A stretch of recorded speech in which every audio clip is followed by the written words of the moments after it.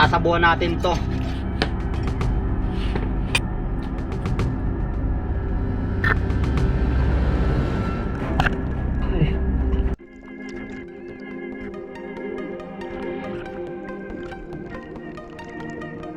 So yun guys, magandang hapon.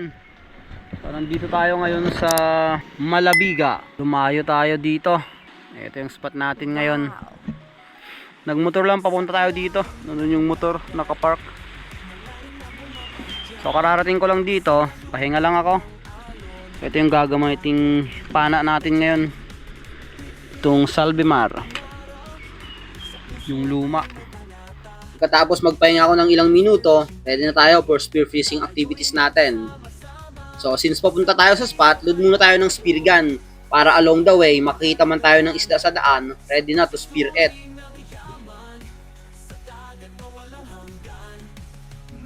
And spear gun loaded. Let's go. Pagdating ko sa spot, eto, dive agad tayo. Habang pamunta ako dito sa spot na to, nag-warm up na ako sa mababaw na area. Pagkapwesto ko dito, maraming surgeon fish. Ipingan ito kung tawagin dito sa amin. Patingin-tingin lang muna sa kanan at kaliwa. Baka may paparating na isda. Dito napansin ko itong coral trout na sa taas. Mukhang curious sa gwapo, kaya tinutukan ko na.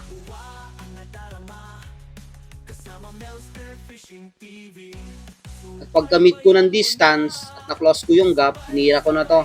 Ngunit eto ang nangyari. Napakataas nung aiming ko sa isda. Hindi tuloy tinamaan. Another dive tayo. Dito pa rin sa nakitaan ko ng coral trout. Ang lalim ng sinisisid ko guys is nasa 20 meters to. Estimated.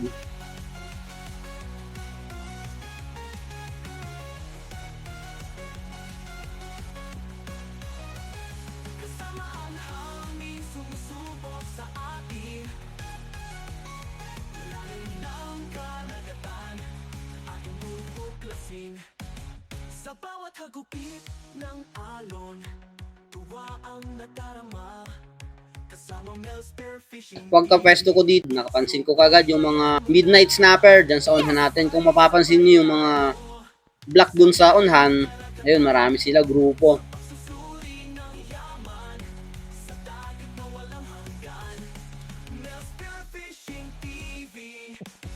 At mukhang ngayon lang din nakakita itong mga midnight snapper ng guwapo, kaya antayin natin kung lalapit. Since may nakikita akong pinakamalaki sa kanila, yun yung target ko ngayong pag-dive na ito. Ito yata yung pinuno sa kanila. Ito mga nasa una natin is within the range na sana, kaso gusto kong panain yung mas malaki. Kaya antayin natin.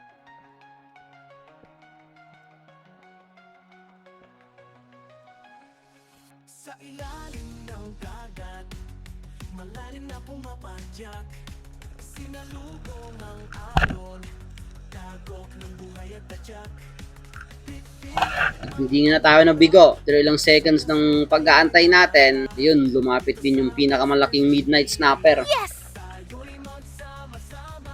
At ito lang din guys, yung nahuli ko ngayong pag-dive na ito, ngayong hapong ito. Halos naka 2 hours din akong dive dito, kaso wala na talaga nagpakitang isda. Napakalaking midnight snapper.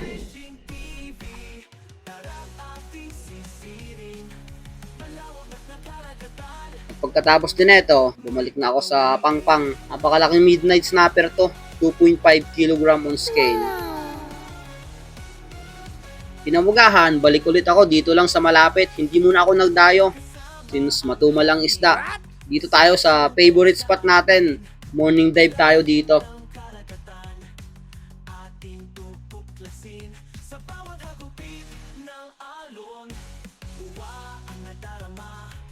At habang nag-ayos ako dito ng fins, eto nakita ko etong isang nilalang nakaka-camouflage. Hindi mahalata mo kung hindi mo lalapitan talaga.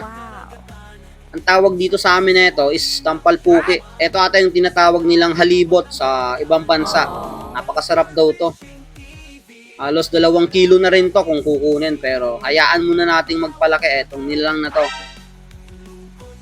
Napakaganda lang tingnan. Napakagaling mag-camouflage ng palibot na ito. Napakaganda yung kulay. Kakulay talaga yung mga lumot niya.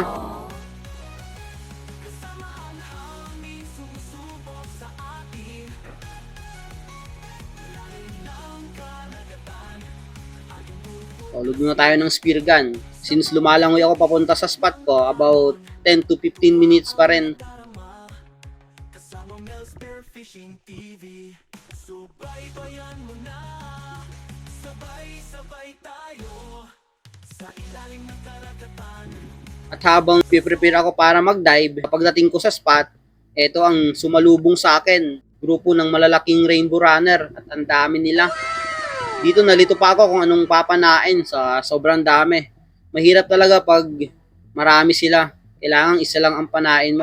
Kung papanain mo lahat, hindi mo talaga makukuha. Dapat isa-isa lang talaga.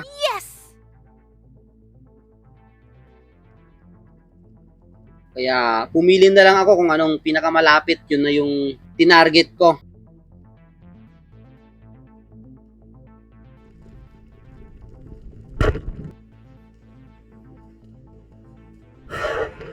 Ayun, hindi naman tayo nabigo.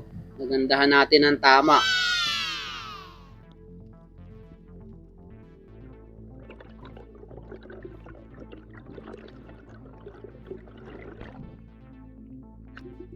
This is our first fish of the day. Isang napakalaking salmon. Pumipigwas pa talaga. Ang timbang nito guys is nasa 3.3 kg on scale. Goods na rin, napakalaking salmon na rin to. Bihira to, itong ganitong laking salmon. Bihira ako maka-encounter ng mga ganito.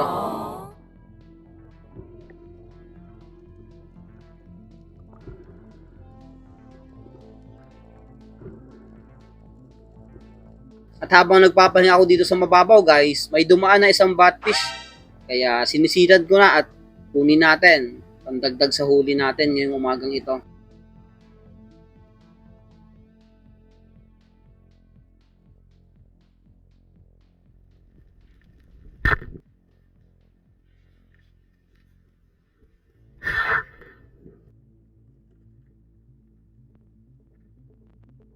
At eto yung naging pangalawang isda natin. Labas pa yung lamang loob ng batfish. Bayang ito kung tawagin dito sa aming probinsya. Dito sa Banton. Batfish. Napakasarap na inihaw to.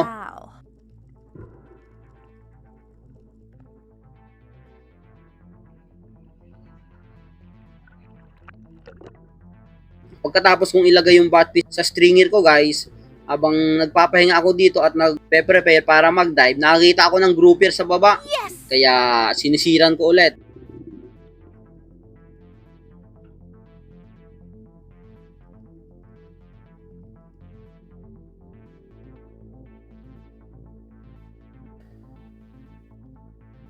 At ang grouper nito is napaka-amo rin. Napaka-curious na isda. Para ngayon lang din nakakita ng gwapo na spiro. Kaya pagka-close ko ng gap, tinira ko na to.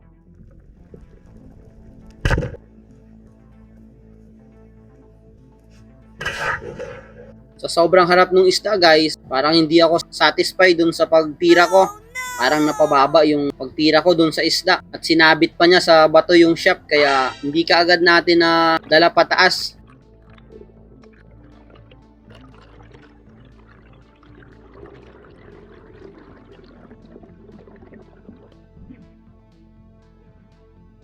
Kaya matapos ng pagpapahinga ko, naka-recover ako, nag-dive kaagad ako para tingnan etong isdang ito. At eto nga, napakababa.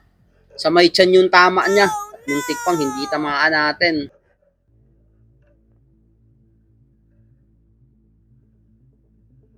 At nahirapan pa ako ditong kunin yung shop. Medyo bumaon sa may corals. At ayun, nakuha naman kaagad.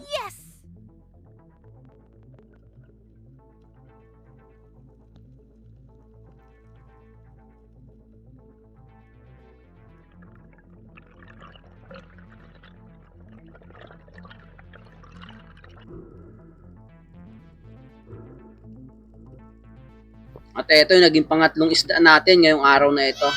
Pagkatapos na ito guys, nag-dive pa naman ako ng halos isang oras.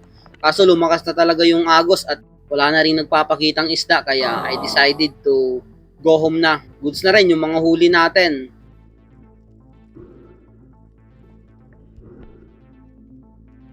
Lagay na natin sa stringer. Sama natin dun sa batfish nating nahuli saka salmon.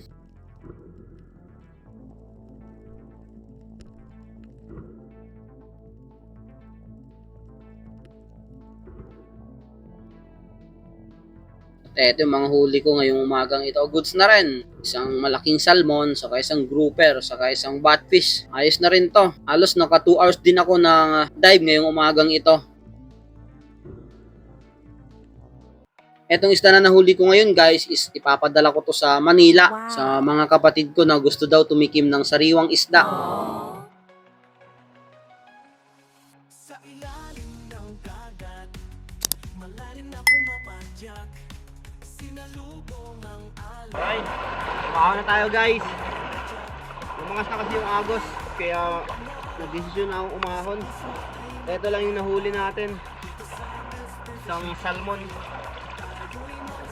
Ito rin ang huli. Batfish. Itang isang grouper. Ang amo, hindi pang mapunit yung tama. Ito lang yung tama. Hindi matamaan. Nakaharap kasi siya. Goods na rin. Sa 2 oras na dive. Kaya na rin to.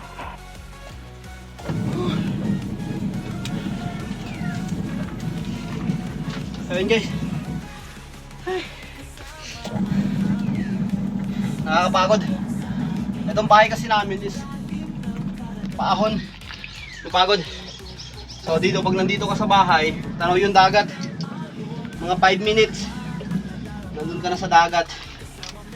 Ay, okay na rin. Papadala natin tong isda sa mga kapatid ko na nasa Manila.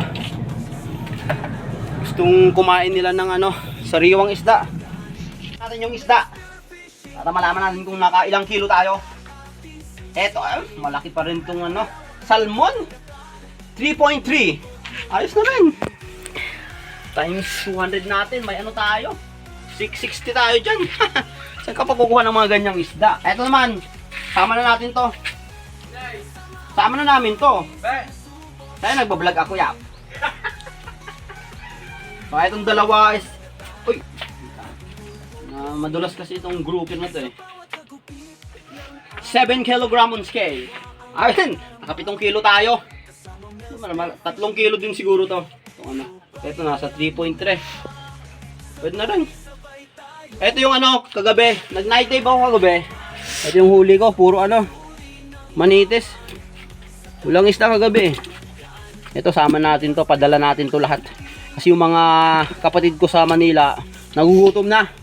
Wala daw silang makain doon. No? Magaling.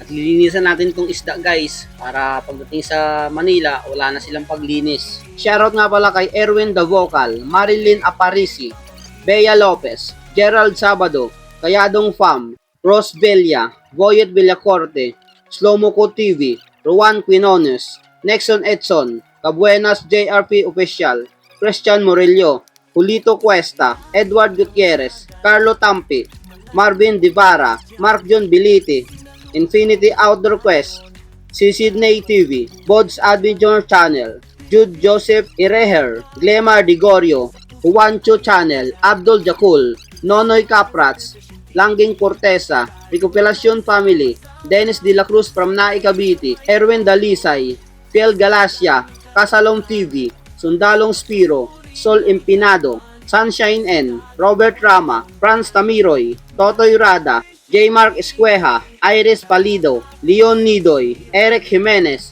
Beds Labestra, Johnny Heisten, Pancho Pantino, Jason Navata, Renato Disulok and sa family, Sator Pepe and family. Maraming salamat po sa inyong lahat. Ito, sasabuhan natin to. Itong ulo ng grouper. Hindi na natin ipapadala sa kanila.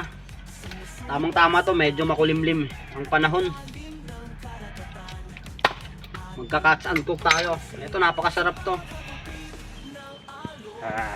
Since dalawa lang kami dito, okay na to. Malaking ulam na to ngayong pananghalian. So ito guys yung pampalasa natin. Isang sibuyas lang. Saka bawang. 3 kamatis. Saka luya. Ito. I-ano natin to mamaya. Kilaw.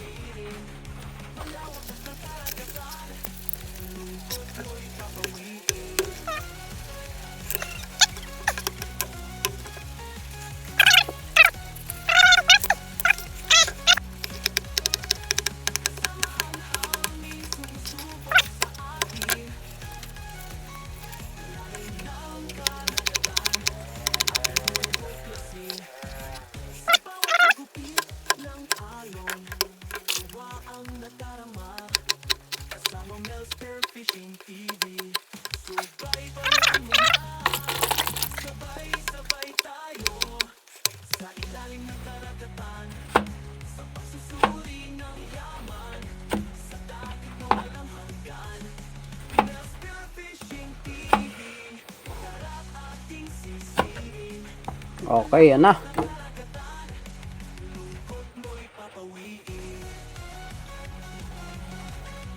Pwede na yan. Ito yung ulo ng grouper natin. So, hugasan ko lang to ng konti. So, pakulo na tayo ng tubig. Kunti lang muna. Yun, sakto na siguro yan. Dadagdag na lang mamaya kung mali. Saing muna tayo, sabay na natin para sabay maluto.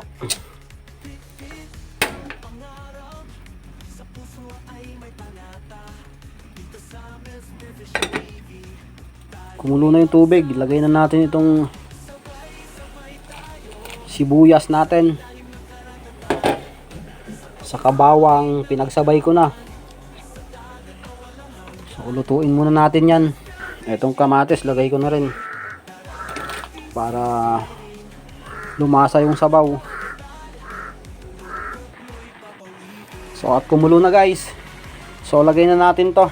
Itong lamang loob ng grouper. Medyo matigas to. Kaya, iuna natin tong ilagay. Para lumambot. Ito na.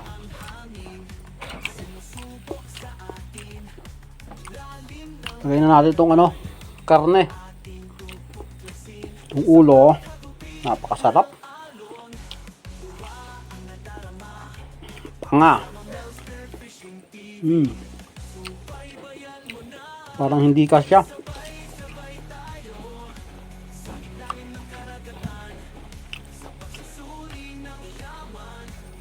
So, lagyan na natin ng asin para manuot sa laman yung lasa. Hindi pa. Pwede na siguro yun. Konting suka. Paminta. So, lalagyan ko to ng buo muna. Tapos mamaya durog. Para mas mabango. Wala rin ng lansa ang paminta. Gili na sili. Lagay na natin. Pampabango to. Haluin natin. Tingnan nyo yung laman ng grouper. Napakaputi. Grabe. Tingnan natin ng durog na paminta. Yung kanina buo lang yung nilagay ko. Ito para mas ma-aroma siya. Yun. Alright guys. Muna natin itong kung tama na yung lasa niya.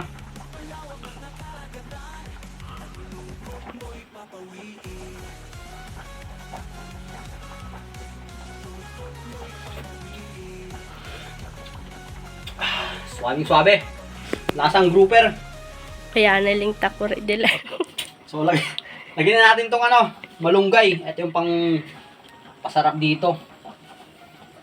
Damihan natin para iubos natin to. Ito yung pampano talaga ng maraming sustansya ang nakukuha sa malunggay. Kaya magmalunggay na kayo. Alright, pwede na to. Itong malunggay, mga 2 minutes lang to. Pwede nang hanguin natin. At kakain na. Right. Guys, tingnan yung laman ng grouper. Hindi siya grabe ang taba. Yung panga. Tapos yung ano, ito to.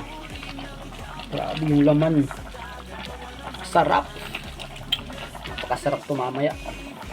Right. Ito natin. Alright guys. Kain na tayo. Lagyan na natin yung ano, ulam. Habang mainit-init pa.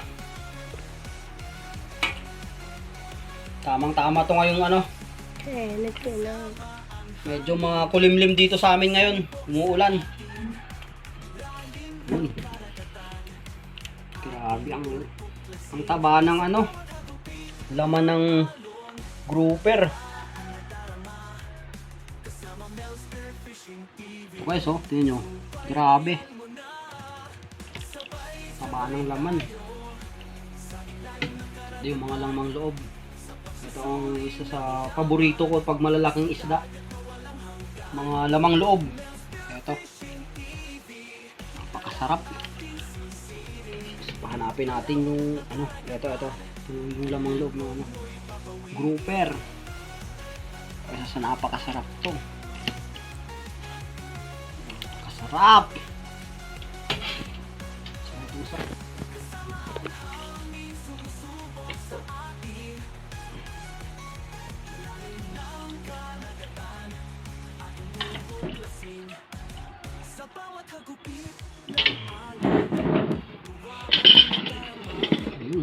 Goods na.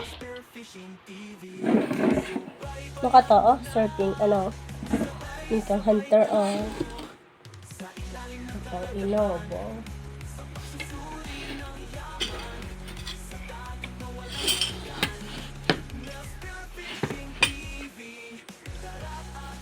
Sinabawang marbled grouper.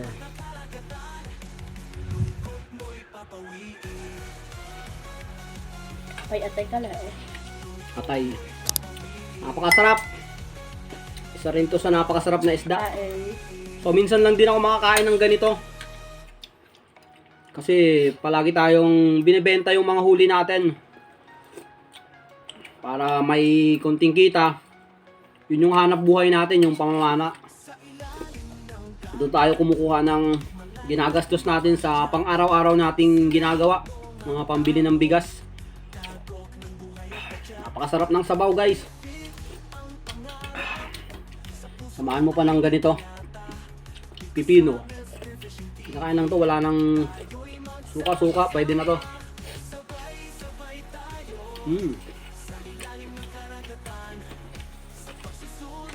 Sabay, ito guys ang pinaka the best kung sa ano, sa mga isda. Yung atay. Grabe to. Napakasarap. Tikman natin.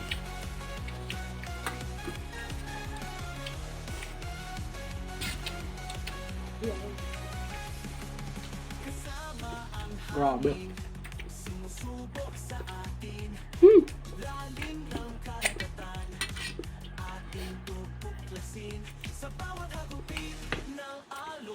Yung mga natirang karne natin, papadalawin mamaya. May barko mamaya, papuntang Manila. Papadala muna. Di muna tayo ngayon magbebenta ng isda.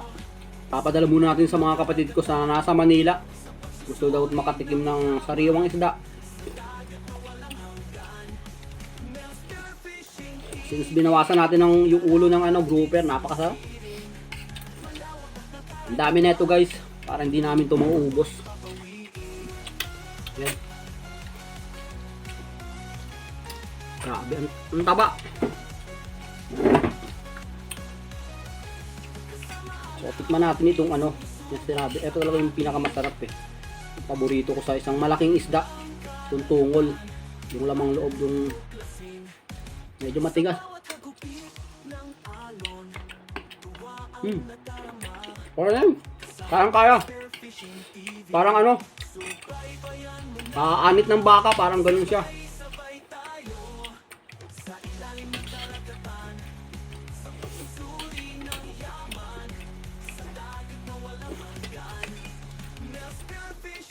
Parang hindi namin ito mauubos. Dami. Since dalawa lang kami dito sa bahay.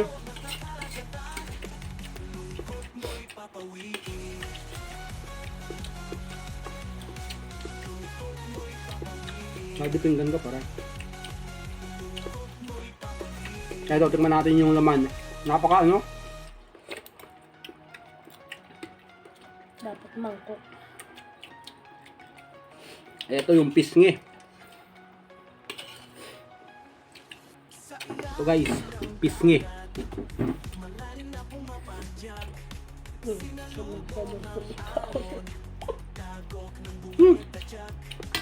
Grabe. Worth it. Sarap ng laman.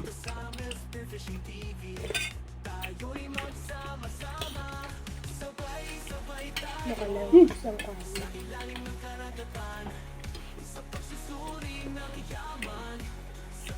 Itong sabaw pa lang ulam na.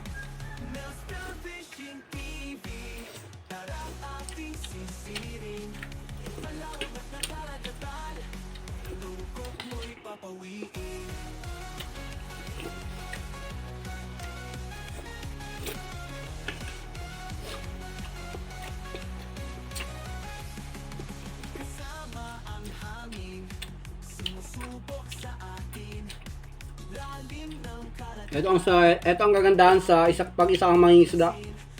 Palaging may ulam ka. Depende na lang sa, siyempre kailangan din nating ibenta yung mga huli natin. Kaya minsan lang talaga ako nakakaulam ng mga ganitong klaseng isda.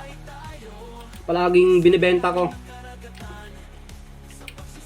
So ganun na yung buhay. Napaka simple lang dito sa probinsya. Masipag ka lang. Huwag kang tatamad-tamad dito. May makakain ka agad. Makakasurvive ka sa isang araw. Apa na? Bisaya? Ito lang. Puro ako. Hindi pa nangangalahati guys. Busog namin dalawa. Grabe. Sarap kasi. Ang sarap. Sabaw pa lang. Ulam na talaga.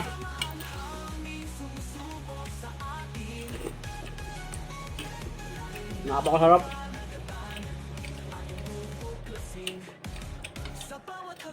Bus na yung sabaw. Shoutout nga pala sa mga ano natin dyan. Palaging nanonood ng mga video natin. Maraming salamat po sa inyong lahat. Sa walang sawang patuloy na nagsosuporta sa munting channel ko. Prepare natin yung ano, papadalang isda sa Manila. Ilalagay. So ito yung ano ko, night dive. Yung mga huli. Puro manites. Yan. Saka ito yung kanina. Yung marbled grouper. Saka yung salmon. May dalawang native na manok. Sponsored by Jennifer Figalan. May puset. Tinagay ko sa plastic para hindi mag-ano yung ink kumalat sa katawan. Alright. Tingnan natin to para maktit na sa kalagitnaan. Ito muna yung malalaki. Para nasa ano. Ano pa rin pag ano? Sa mga laban daw maketa. No. Kamadahin natin ng ano. Maganda para masiksikan ng yellow. Para pagdating doon, sariwa pa. Bukas to, nandun na sa Manila. Pwede nang iulam nila. Okay. Yan natin ng yellow.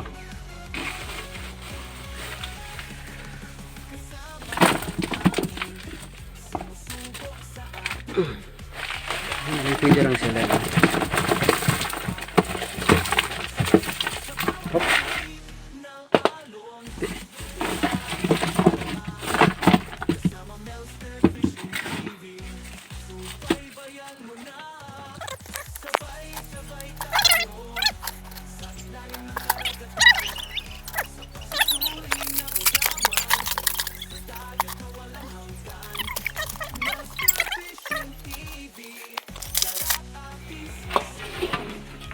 So ayun guys, sakto lang.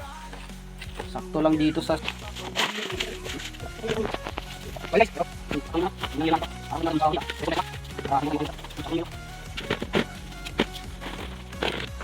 So So ayun guys, eto puno na. Yung mga nagpapadala ng isda, yung mga kasagaan sila na paglagyan daw ng asin itong yelo, hindi daw madaling matunaw. So try natin. Pero parang hindi ako naniniwala. Ito kakalatan mo lang daw ng asin. Para yung maging daw yung yelo. Tumagal yung buong yelo. Hindi basta-basta matutunaw. Baka pagdating to sa Manila, daing na. Maasin na. Yun, okay na yun. Right. Okay na.